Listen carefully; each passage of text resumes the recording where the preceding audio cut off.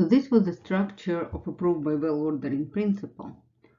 And by looking at it, you may ask, why do we need to go through all this by contradiction, assume that something is false, prove that something cannot exist? Can we just make things more positive so that we are not doing negation, negation, negation? And indeed, there is a positive counterpart to the well-ordering principle, and that's the well-known mathematical induction, probably the most well-known proof technique of all. Here's how it works. Suppose that we want to prove for every x, natural number, here we usually start with 0, some predicate p of x holds. First, we check that p of 0 holds. That corresponds to the case when we were showing that bet k cannot be 0. Then we could show the following. Whenever p of k holds for some arbitrary k, then p of k plus 1 also holds. Or turning it around, whenever p of k does not hold, then p of k minus 1 does not hold either. And that would contradict the well-ordering principle. So let's just take the positive contrapositive of it. If p of k minus 1 holds for arbitrary k, then p of k also must be true. Or completely equivalently, if p of k holds for arbitrary k, then p of k plus 1 must be true.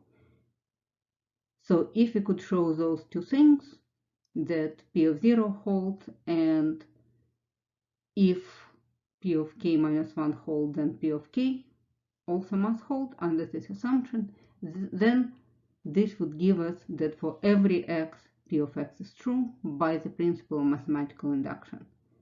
And the reason this principle holds is exactly because you could prove it. You could actually go and prove it by using the well-ordering principle.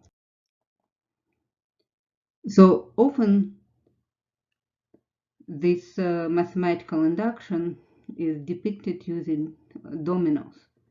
So if you have dominoes stacked up like this next to each other, and you make the first one fall, then all the rest of them will fall as well.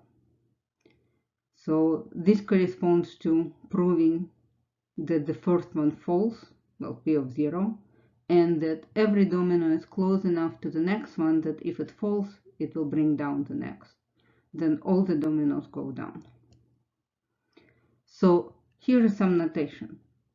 We call proving that p of 0 holds the base case,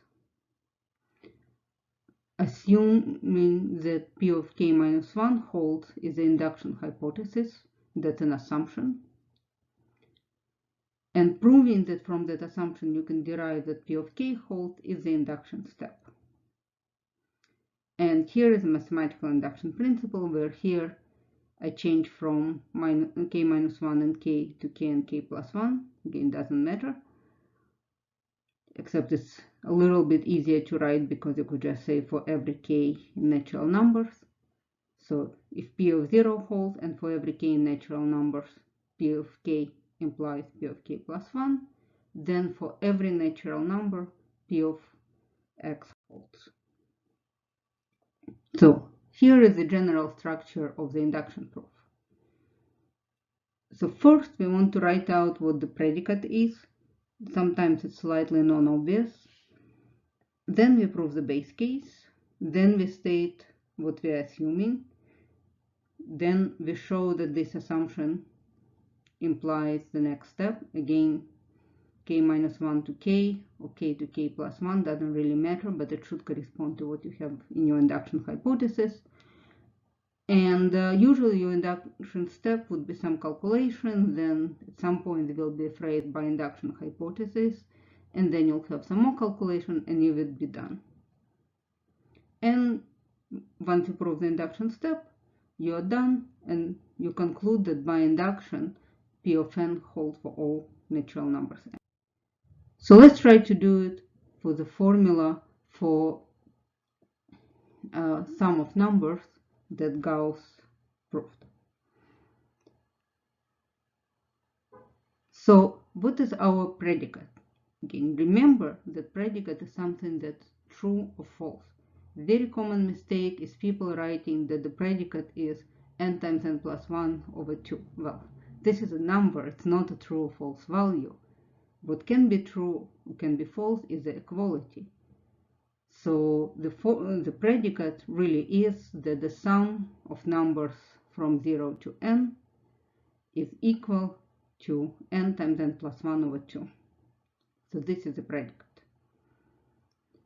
So what's the base case? Again, here our natural numbers will start with 0, so our base case is when n is equal to 0. Let's plug it in on both sides. As we showed before, it's exactly the same reasoning as in our well-ordering principle proof. The sum of numbers from 0 to 0 is 0, and it's equal to 0 times 0 plus 1 over 2.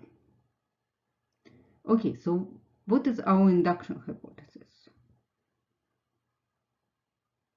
So let's assume, and here for calculation it will be easier to go from k minus 1 to k, that the sum of numbers from 0 to k minus 1 is equal to k minus 1 times k over 2. And we make this assumption for some arbitrary k which is greater than 0. We need to have a strictly greater than because we are talking about k minus 1. If we talked about k to k plus 1, it could be greater than or equal.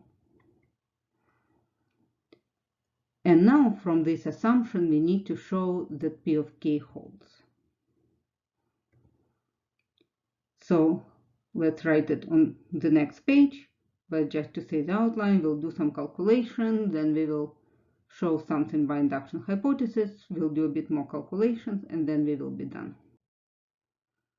So here are the calculations. First we start by writing out the sum, just like we did in the well-ordering principle proof. So sum of numbers from I to k is equal to sum of numbers from I to k plus 1 plus the last number, which is a number k. Now by induction hypothesis we know that the sum from I to k minus 1 of numbers is equal to k minus 1 times k over 2.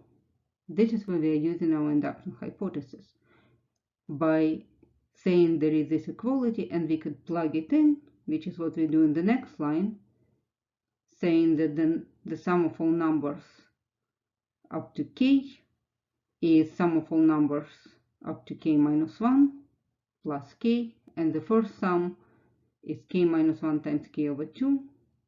It's the same calculation as you just seen in the well-ordering principle. Once you prove that the formula really works out to be what you expect it to be, so p of k holds, you can conclude that p of n holds for all the n natural numbers. So this sounds straightforward enough, hopefully, but here is something to confuse you.